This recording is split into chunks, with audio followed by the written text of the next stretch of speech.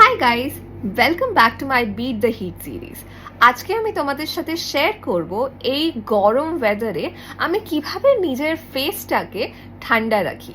So আর time waste না করে চলো স্টার্ট করা যাক। স্টেপ 1, এই ব্যান্ডটাকে পরে চুলটাকে সিকিউর করে নেব সো দ্যাট ফেসে না আসে। তোমাদেরও যদি আমার মতন এই গরমে এরম অ্যাকনি ব্রেকআউটস হচ্ছে, দেন এই প্রোডাক্টটা ইজ আ পারফেক্ট সলিউশন।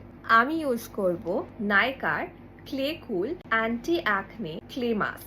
এই ফেস মাস্কটা আমার বেশ ফেভারিট, দেখতেই পাচ্ছো অলরেডি শেষ করে ফেলেছি অলমোস্ট। সো এই ফেস মাস্কটাকে ভালো করে ফেসে লাগাতে হবে, বাট আইস অ্যান্ড লিপসটাকে প্রোটেক্ট করে।